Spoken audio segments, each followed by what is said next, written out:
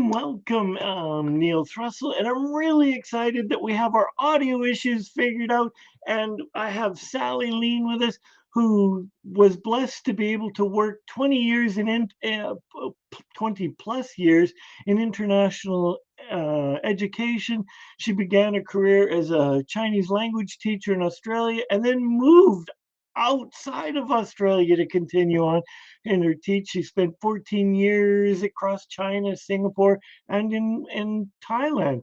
And then she's returned to Australia. She's an NLP coach and practitioner, and Sally calls herself a success coach. So welcome, Sally. No! What happened? We were there. Uh-oh. Uh-oh. Hi. So Sally has just been dropped off, and she'll reconnect, and then we'll go. It's um, Restream. This particular product is not liking anything Mac, and I do not know what the Apple product has got going on. And so it's like, come on, poor Sally. She was here yesterday and we had issues, and now we're trying to get her back on today. And she had so much wisdom to share.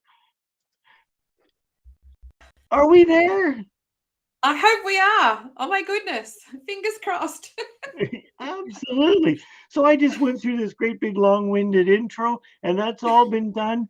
Sally, Awesome. welcome. Thank you. Thanks, Neil. Appreciate you having me on twice now to try to get over our hiccups from yesterday. So thanks so much. You're welcome.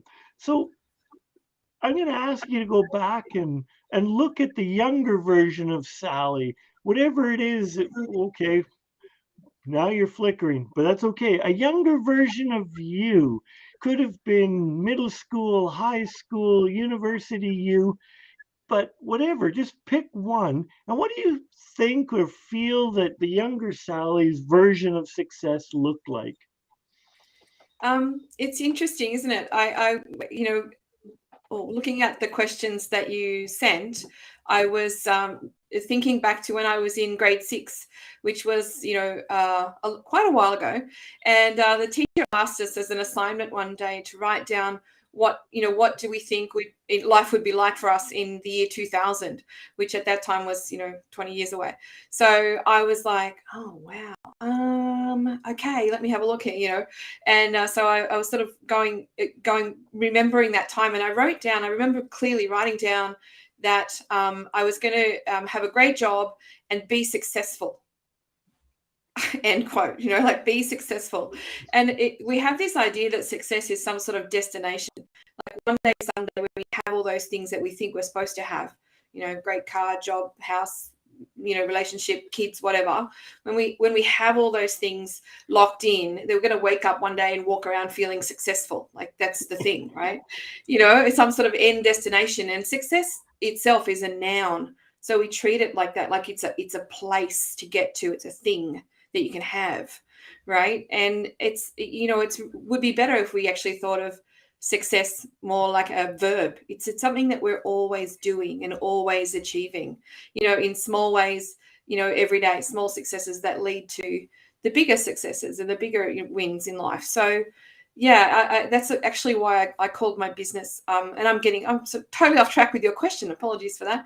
But I end up calling my business Lean Into Succeed, because succeed is the verb, not success the noun. So thinking about the younger me, when I was a teenager, I actually used to show horses. So I do show riding and dressage and, all those fun things. And I got to, a reasonable level of success. I was competing at interstate level here in Australia. And, I loved it. I love my horses. And, if you'd have asked teenage Sally, what would success look like in the future, I'd have definitely told you I'm going to go to the Olympics and ride dressage in the Olympics. That was my thing. And unfortunately, when it came time to go away to university, I had to move to a different, a different state, go to university. I had to sell my horse, and I was obviously heartbroken. But I thought that Olympic dream was kind of packed away in the garage in the box with the trophies and all my sashes and everything. I kind of thought that was on the shelf and forgotten about. But little did I know that years later that my Olympic dream would actually come true in a very different form.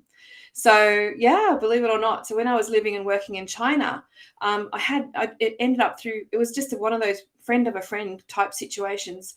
I got invited to work as an interpreter for the Seven Network Australia, covering the Olympic Games.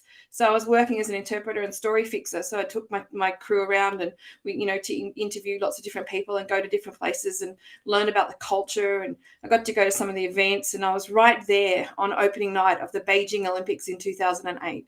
So who knew? I thought my Olympic dream was dead and gone, but it came true in a different way. So we also need to be open to, opportunities in life popping up. Wonderful. And yeah, it's interesting that your dream did come true. You did get to go to the Olympics, but not as a competitor, but you did go to the Olympics. Yeah, totally. So, who knew that would happen? And not just as a spectator either, actually participating, but in a different way. And to be right there in that moment, when where all the eyes of the world, many eyes of the world were focused on that point, that spot in time with the best technology, the best athletes, the best, teams available, on the planet. It was really exciting. Yeah, I suspect it was a dream come true. It was a dream come true in a different form. Yeah. Yeah, amazing. So this young Sally had this vision that she was going to be in the Olympics and she was going to go through dressage.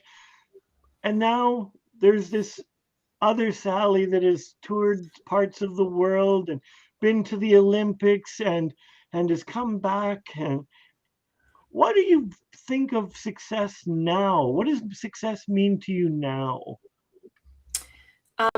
So it is that, for me, it's an active, success is an active thing that we're doing every day. So I think it was somebody Dee, you were interviewing Dee yesterday, and she was saying we need to look at our small wins, our small successes every day. And I think that's so true, because when we're always looking out into the future, to the one day, someday, to that thing that big goal that we have, or that thing, that what we're trying to achieve, we forget to be in the here and now, and it might seem overwhelming. So we need to look at our daily wins and those small things, and add those small things to bigger things, the bigger wins, and then the bigger wins add up to the even bigger wins. So that's really important. So success for me is incremental. It starts with small wins and then adds up over time. The most important thing is, I think the key ingredient for success is to have that goal, that mission that you want to achieve, and it needs to be bigger than yourself. So for me, it's not, I'm not, just interested in going after money. But if I am doing something where I'm paid to do what I love, that's the reason that I was in education for many, many years. I could say that I was getting paid to do what I loved, and sort of reached the top of my tree in that field, and it started to get frustrating. I was moving country to country to look for the next best thing, but it wasn't quite there. And so it's sort of like, wherever you go, there you are. And I'm like, well, what's missing here? So it was time to do something different, right? So here I am, now recreating myself in a new field, in coaching and consulting. So it's a whole new world for me. And so, having experienced success and high performance in one field, it is uncomfortable when you have to start newly, and bring that beginner's mind to something, where you're not necessarily an expert, and you've got to start, and you've got to do the practice, you've got to do the daily things, all those things that it's uncomfortable in the beginning because you don't feel like you're an expert yet. You know yourself as an expert in this area, but then it's like, oh, how about this over here? So you really are reinventing and recreating yourself, and that requires perseverance, patience, all of those sort of words that we associate with success. So yeah, it's just an incredible, positivity we need to bring. And in Chinese, we call friend, the word for friends is pongyou.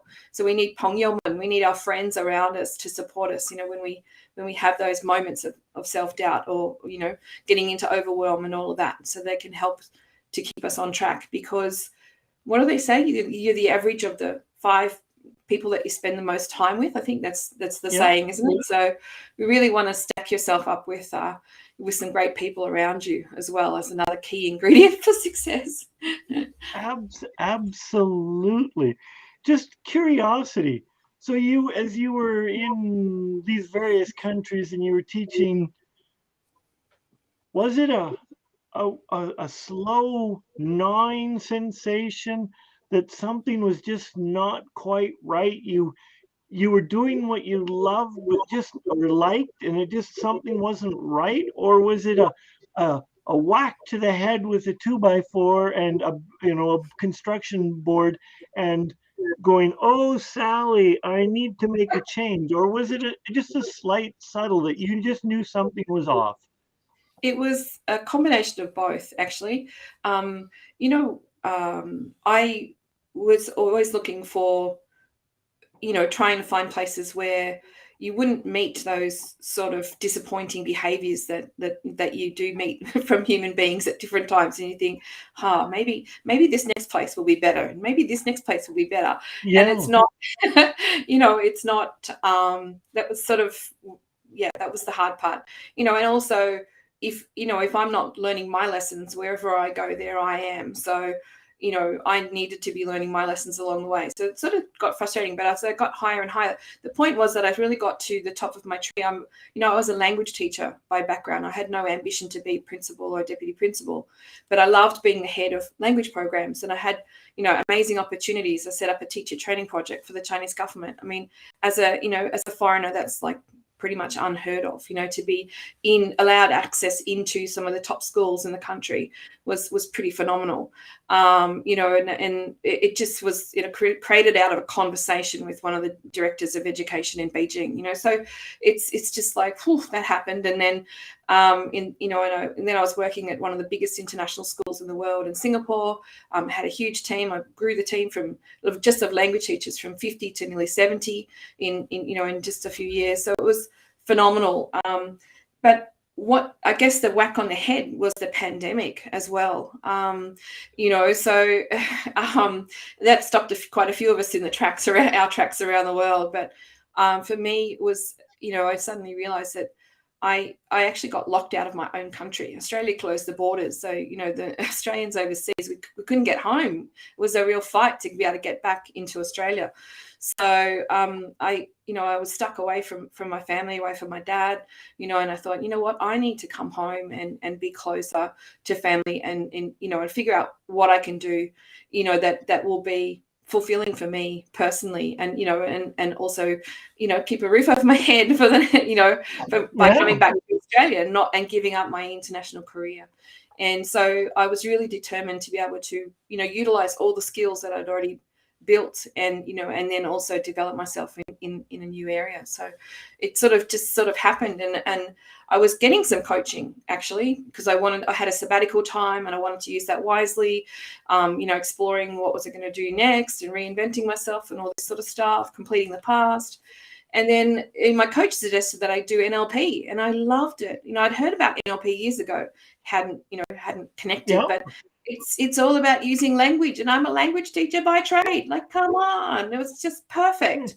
So what a brilliant outcome. So that was just it, and I really loved it. So I've been working, with one of Australia's top NLP coaches, and just having amazing experiences as I grow in this field as well. Let me guess. I think I know that guy. Let me guess. Could be Tony K. It might be Tony K.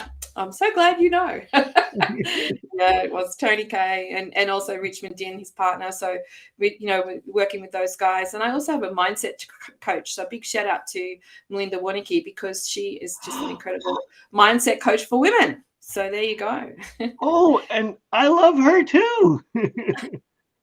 Isn't it great? I love our interconnected world. Absolutely. She's phenomenal. Yeah. And for I believe, and apparently you believe somewhere with along the line, is that you've chosen to enhance your version of success, whatever it looks like, that you've gone for outside sources, outside training. You said, I want to do something different. So you take NLP, and instead of reading it in the book, you've chosen to find trainers, mentors, and I heard you say you have a coach. Is that is that or could that be part of many people's regimen, is to find coaches and mentors for success? Yeah. You know, when you hear all of the big guns, like, you know, you hear the Tony Robbinses and the Dean Graciosis and the Brennan Bouchards, you know, you always hear them talking about having a coach. Like they all have their own mindset coaches as well. So it's definitely, I think, a key ingredient for success. You know, and we know that this industry is, you know, expanding all the time because people are needing more, you know, to deal with the new situation in the world and that we're dealing with on a daily basis as things are updating and changing and growing and developing. You know, we need something that's a little different from traditional education. So everybody's looking for that extra key ingredient, and I think coaching is definitely the answer for many people. Excellent. Especially if they're at cause and want to change something for themselves. Yeah. And at cause, for those viewers and listeners that don't know what it means, a simple fact is you're taking complete control of your life and responsibility, as opposed to the victim, which many people would go is just the effect of what's going on. So the cause is you're taking control, and the effect is when I'm just like, no, crap happens, and I just live in, and it's more related to a victim mode. That's what I view as one of the simplest versions of it. And as most successful people, I believe, will try to live or endeavor and live from a place of choice, which is also known in the coaching world as cause. So we will be the cause of our success. Yeah. Yes. You know, it's sort of the difference between being in the driver's seat and doing the driving, and being in the back seat, being driven by circumstances and other people, and, you know, all of that. So, yeah, fantastic. Thanks, Neil. Yeah. Oh gosh, I'm looking at the clock and I'm going, how is this possible? But I want to thank you, Sally. I'm going to give you an opportunity to wrap up some final thoughts, but I really want to thank you for persevering. We had a terrible audio issue yesterday, and for you to choose to make time in your busy schedule, because I know you're in a workshop right now, to make time, pop out and come back here. Really heartfelt thank you. Thank you so much. What a joy to be, you know, with your amazing lineup of people that you have. So, so great. So if you would like to, if you share some last minute words or thoughts, you go ahead. Thank you. I think it was Abraham Lincoln who said, the best way to predict the future is to create it. And, you know, I would just add to that, you know, we need to be open to opportunities, you know, and allow opportunities to show up. And then when those opportunities arise, say yes and lean in to succeed. And I love the play on words that you're using. So thank you, Sally, and we'll talk soon. I hope so. Thanks so much. Bye. Yeah.